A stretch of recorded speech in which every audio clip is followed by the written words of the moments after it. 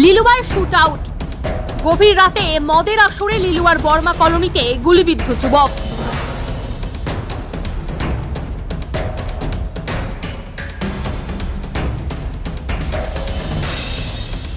মঙ্গলবার গভীর রাতে মদের আসরে বচসার জেরে নিমাই মাঝি ওরফে মালিঙ্গাকে গুলি দুষ্কৃতীদের।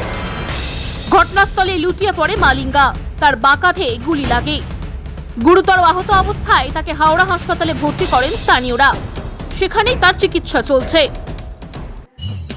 খবরটি নিবেদন করছে এআর জুয়েলার্স, আমাদের গহনা আপনার সৌন্দর্যের চাবিকাঠি। লাইট ওয়েটে ফুল কভারেজ গহনা এবং জুয়েলারিতে সবচেয়ে কম মেকিং চার্জ পাবেন আমাদের এখানে। থাকছে মনের মতো কাস্টমাইজ করার সুবিধা। ঠিকানা সলক পাঞ্জাব ন্যাশনাল ব্যাংকের ঠিক বিপরীতে। বিশদে জানতে যোগাযোগ করুন নিচে স্ক্রিনে দেওয়া নম্বরে। ঘটনার খবর পেয়ে ঘটনাস্থলে ছুটে আসে লিলুয়া থানার পুলিশ। দুষ্কৃতীদের খোঁজে তল্লাশি শুরু করেছেন তারা।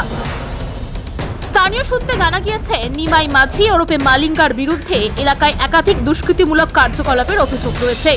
তবে এই ঘটনায় একজনকে আটক করে জিজ্ঞাসাবাদ শুরু করেছে পুলিশ।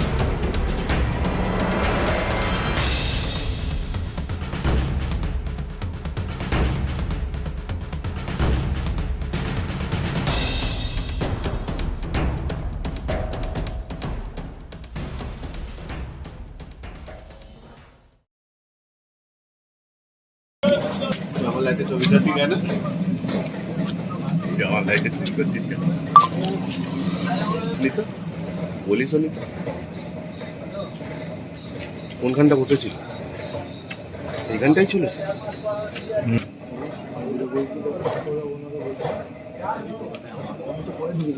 ভালো আছেন?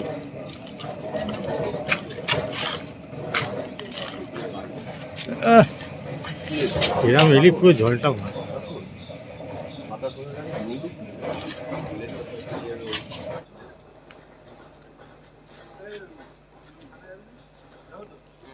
ডাব্লিউটি দেবো?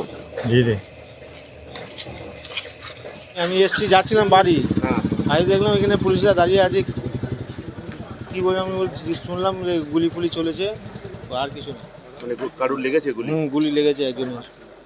মদের আসর বসেছিল নাকি? ওটা আমি বলতে পারবো না দাদা, আমি যাচ্ছিলাম বাড়ির দিকে। যার গুলি লেগেছে বা যে গুলি মেরেছে তার কোনো পরিচয় জানা গেছে? কোনো নাম ফাম জানতে না না না, নাম নাম জানি না, স্যাররাই বলতে পারবে। পুলিশ এসেছিল? হ্যাঁ, পুলিশ আছে, সিপি সাহেব এসেছিলেন, বড়বাবু এসেছিলেন, সব। লিলুয়া থানার পুলিশ? মানে যা এই ঘটনার পর যে গুলি চালিয়েছে তাকে ধরা গেছে নাকি? না না, ধরা যায়নি। কি পালিয়ে গেছে? আর যে এতটুকু আমি জানি, শুনিনি। যার গুলি লেগেছে কোথায় লেগেছে?